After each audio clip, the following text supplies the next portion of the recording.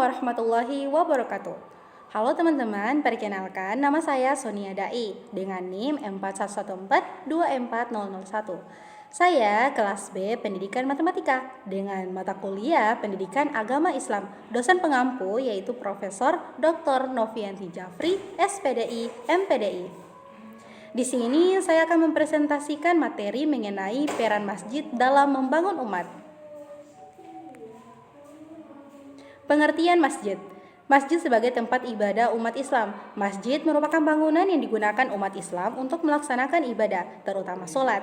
Selain sebagai tempat sholat, masjid juga berfungsi sebagai pusat kegiatan keagamaan lainnya.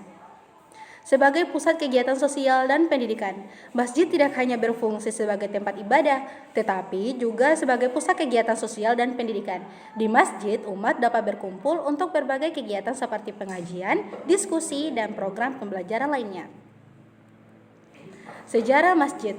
Asal-usul masjid. Masjid pertama yaitu Masjid Nabawi. Masjid Nabawi yang terletak di Madinah adalah Sejarah masjid. Asal-usul masjid pertama yaitu Masjid Nabawi. Masjid Nabawi yang terletak di Madinah adalah masjid pertama dalam sejarah Islam yang didirikan oleh Nabi Muhammad SAW setelah hijrah dari Mekah.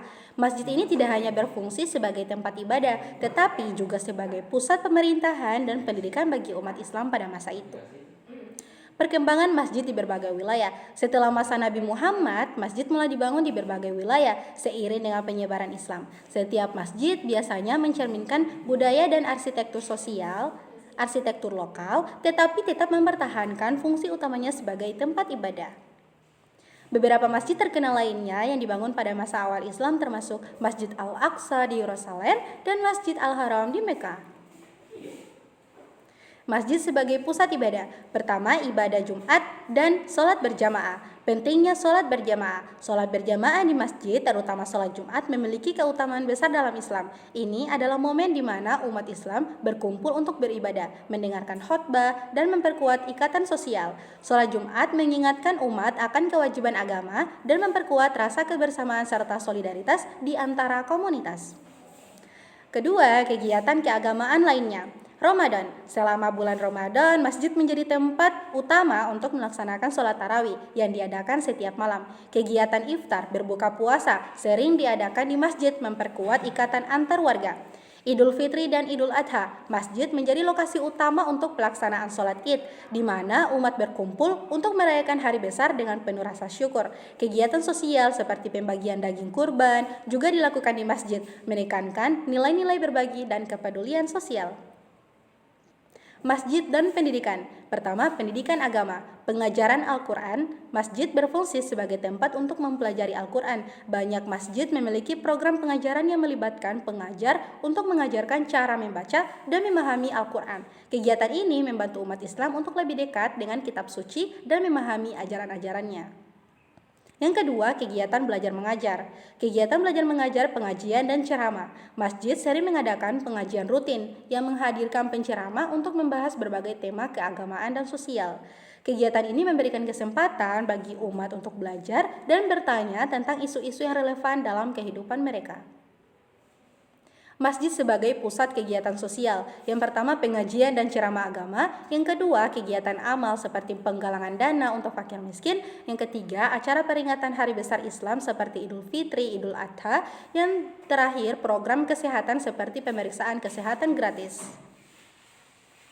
Peran masjid dalam pendidikan. Yang pertama, pendidikan agama. Masjid sebagai pusat pengajaran agama Islam termasuk pelajaran Al-Quran dan hadis, kelas-kelas pengajian untuk segala usia dari anak-anak hingga dewasa, aktivitas dan pengembangan bakat.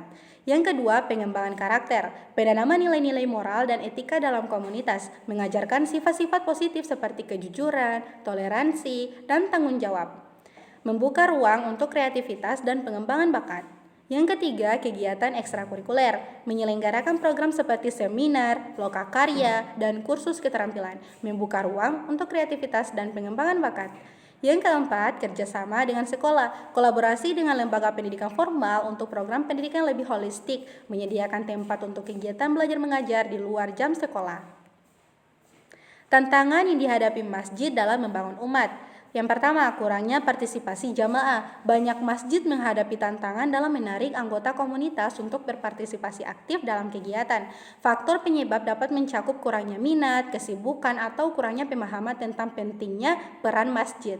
Yang kedua, sumber daya terbatas. Masjid seringkali bergantung pada sumbangan jamaah untuk menjalankan program dan kegiatan. Keterbatasan dana dapat menghambat pelaksanaan program yang bermanfaat bagi umat. Yang ketiga, persepsi negatif. Terkadang masjid dipersepsikan hanya sebagai tempat ibadah, bukan sebagai pusat kegiatan sosial dan pendidikan. Hal ini dapat mengurangi keterlibatan masyarakat dan menghambat pengembangan program. Yang keempat, kompetisi dengan aktivitas lain. Banyak alternatif kegiatan lain yang menarik perhatian masyarakat, seperti hiburan dan kegiatan sosial lainnya. Masjid perlu berinovasi agar tetap relevan dan menarik bagi generasi muda. Yang kelima, pendidikan dan pelatihan. Kurangnya program pelatihan untuk pengurus masjid dalam mengelola kegiatan dan membangun hubungan dengan masyarakat. Keterampilan manajerial yang kurang dapat memengaruhi efektivitas program masjid.